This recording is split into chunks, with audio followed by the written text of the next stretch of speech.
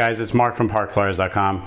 Today we're taking another look at the Traxxas Mudboss, and today we're going to talk about tuning options and we're going to talk about the radio. So the big issue right now that a lot of modelers are talking about is the radio. So there's a consensus on the East Coast. All the tracks decided they want to run this class with the stock radio. And that's good for the customer because that means he doesn't have to go out and buy a fancy radio. It's bad news for seasoned racers because it means you can't do things like dual rates, throttle, or steering sensitivity. That's going to be things that you cannot adjust. So racers are a little upset about that, but for the masses, it's really something good. Now the good news is this car, it's not like the old Mudboss where it needed to turn down the dual rates. The dual rates on most of the older cars needed to be turned down to 60 or 70%. Otherwise the car would oversteer and spin out. Because of the new tires, the directional tread on them, and the way the car is set up with the shocks and everything, it really doesn't matter. You have full rates here, the car still drives well, and it's totally usable with the radio. So the good news is that this is not a big detraction from racing. It's going to lower the cost. It's going to expand the field of people that are coming into the sport because it lowers the price now. Now, the one thing that everybody is allowing are Mudboss packs. Now, if you look at the two best packs, SMC Mudboss 5200 and the Trinity Carbon 5200, they're both 50C packs. Now, these two packs have some of the lowest internal resistance out of any packs out there, and there is a big difference if you compare these to anything from like Power Hobby or any other brand. These typically run better, and in racing every second counts, and every ounce of voltage, every ounce of power really matters. So these are the two packs you want to look at. There's another pack I was intrigued by. It's the ProTech LIHV 5000. Now nobody's going to let this into Mudboss. I hope they will one day because it does put out a lot more voltage and it makes the car faster. And it would be cool to see that if they adopted that into Mudboss racing. For now it's not. So these are going to be the two best picks, and those are definitely allowed. If you're going to change your connector from the Traxxas, because the Traxxas, even though they're nice, they're not really the best. They have high resistance and they're not known to be such good conductors of electricity, especially for racing. Everybody uses the XT60s. I personally use the IC5. I think they're really easy to put on, and they have even less resistance than an XT60. They're not that much heavier, and that is what I use. So that's my pick for connector, is the IC5. Now, as far as the steering servo, everybody knows it comes with a 2075 Traxxas steering servo. The one that's allowed in Mudboss is the Savox 0253 MGP. This is a much better servo. You're going to get much better centering. You're going to get a stronger servo, and obviously metal internal gears, so they're not going to break. Now you do get a lot of impacts in racing, and this servo is allowed by all sanctioned racing tracks, so you can put that in this car, especially if you're going to race at my track at Jackson RC. The other thing that we noticed, we ran this car in 92-degree heat last week. Chuck Eccles and Dickie Robbins had a race.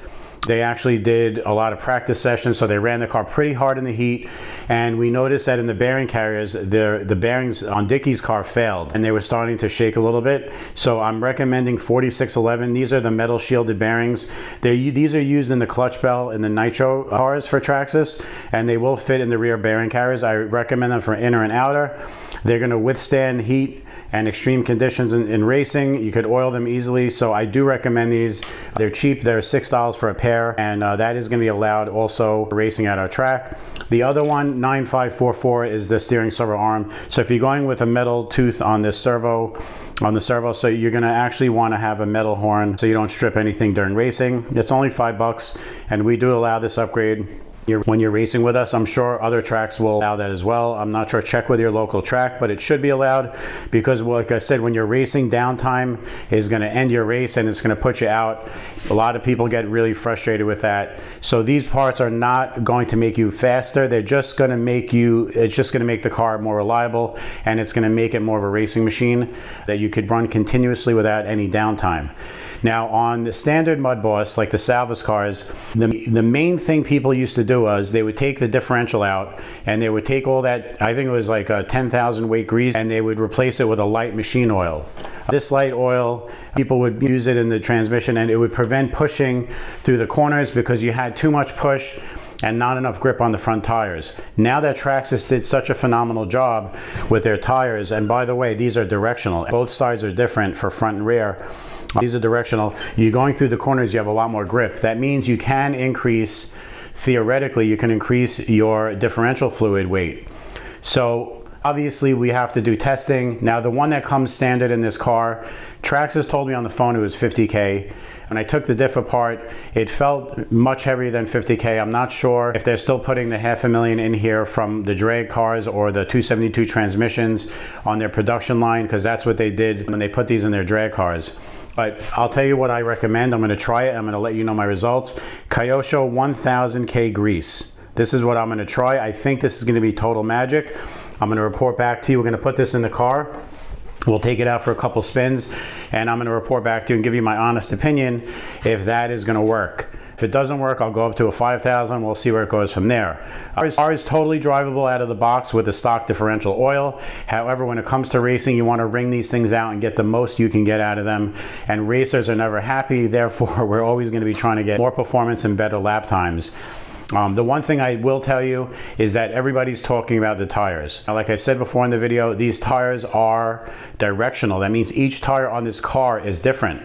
Now, you're going to probably wonder, so what direction are they running? So if you look at the car top down, the way that it looks is, so the actual angle points upward as it goes into the car. So if you see that, it points upward. Same thing with the front. It'll angle upward and like that. So you'll know how to put them on. It's easy, but each tire has its own function. Traxxas did a very, very good move with this design because it helps the car go around the turns, and it really is designed for dirt oval. The tires also have some depth to them. The tread has maybe 2.5 millimeters depth, so when they're actually pushing down on the surface, they're kind of pinching at the surface and they're clawing. You could hear it screeching as it goes around the turn. It's very, very nice. And like I said, it's a great addition to this Mudboss class. It is a very, very neat feature of the car, and everybody's talking about it. The one thing you want to do is when you take the car out of the box, the cover sits too low in the back. Raise it up in different positions. I would raise it up one position, which is about 4 millimeters, and it's going to keep the body away from the tires. It's also going to create more downforce because it's going to lift the back of the body up. The wing and the body will create a noticeable amount of downforce, and your performance will improve. So like I said, right when you get the car, the first thing you want to do is move this up one notch, and it's going to take care of the body from the tire, and then it's also going to create more downforce. One of the cool things about the 272 transmission over the standard transmission, all you have to do is remove the entire case from the car, and then once you do, you could actually remove the differential from the bottom of the transmission. You don't have to take the whole thing apart. So that's a nice feature. You could actually switch and swap out differentials in the middle of a race. It takes much less time, and we really like that. Another thing of this case is it has an aluminum plate for the motor mount, so this acts as a heat sink. It really does work, and it cools the motor down. It's mechanical cooling, which is the most reliable and the best, and I love it. Gearing for the car is 2386. Now, for now, we're going to leave that gearing as is for the track. Other tracks may do open gearing. If they do, we might follow suit with that. Everybody's wondering what you can get out of this BL2S. Can you get another 2 or 3 teeth without losing torque? How is it going to affect the overall lap times? That is to be determined. I'm going to try a 25 tooth and see what that does, but we have to actually wait to see what the other tracks are doing before we make any moves. Right now it's going to be 2386 if you want to run it in the races. The other cool thing about this motor assembly, this case, is it comes with the aluminum slipper pads. Now, the old ones came with the fiber pads. Once you adjusted them, any little amount of heat would make them really unusable. They were very inconsistent, and they didn't really work well. Now that you have aluminum pads on this slipper, you could actually use this as a mechanical traction control, and usually it's about a turnout, and then you go from there. We're going to play with this and tune it and report back to you what we see, but the pads are actually usable now, especially if you have loose conditions where you don't want a jerky tire off that line. You want to actually minimize your the throttle response. That is a good way to do it, especially because you can't adjust your radio. You can do that now with the slipper, and that's going to be mechanical traction control and launch control. Really nice touch on the car, and we can't wait to start using it and testing it out. Now, as far as camber adjustments, I'm not going to mention too much about that because it's really preference. Everybody has a different opinion on that. And if I say one setting is good, everybody's going to flip out on me, because the truth is everybody has their own driving style. So for me, I leave it 0 camber on each of the rear tires, and I do positive 1 on the right, negative on the left, and I go from there. My car that like that, especially this car is different than a regular Savox Mudboss. Those settings that work for me on my track, your settings are going to differ on your track, and if they do, we understand. But as far as the wing goes, this might be a controversial recommendation. A lot of tracks may not allow this, but I'm going to allow this on my track. You could actually use a rubber shim on the rear of the wing to lift it up and give it more lift. This car, you can use as much downforce as it can, and this wing has a lot more potential left in it, so we're going to let you raise that rear wing with any type of shim you want. You can raise it any amount, and that's basically it. Those are the tuning options you can use. That's what you can do to the car. It's not too much, not too little. I'm mostly focused on durability and down basically slight performance increases. So if we make the car too restricted, it's not going to be fun anymore. And if you allow too many upgrades, people are going to spend, it's going to end up costing a lot of money. So I think we kept it fair with what we recommended. And we hope you enjoy this video. Please share it with friends. Let people know about all the recommendations we have. Please come to the track. We're located in Jackson, New Jersey. You can look it up on Google Maps. You'll find us. We run every Thursday night, and the newest class is Mudboss Advanced, which is this car. We had a great race last week. Cars ran great.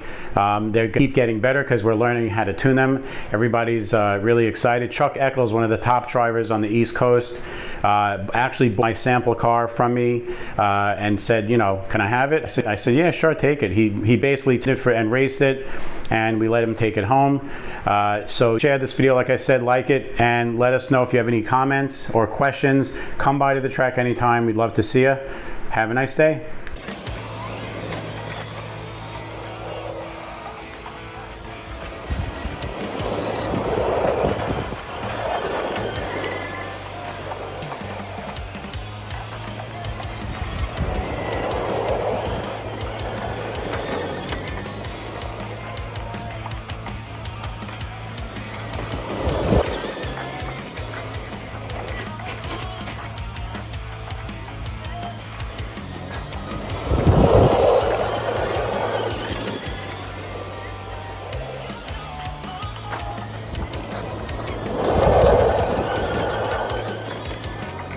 Unfucking believable. That is definitely the best handling Mudboss we've had at this track. It's unbelievable handling. The tires, the chassis, 272 transmission, HD parts to make it really durable. LCG, that's the cover is low center of gravity. A lot of the older cars we ran here with traction roll. This is Goldie at a full speed. He's gunning it right through the turns. We've never seen this kind of performance. Traxxas did a great job. The tires are epic. You hear them clawing on dirt. I've never heard that before. They're clawing on dirt. It's amazing. Look at this thing go. Look at that slide. Perfect. That thing is pure addiction. This is going to set the Mudboss community and the whole thing on fire, man. This is great.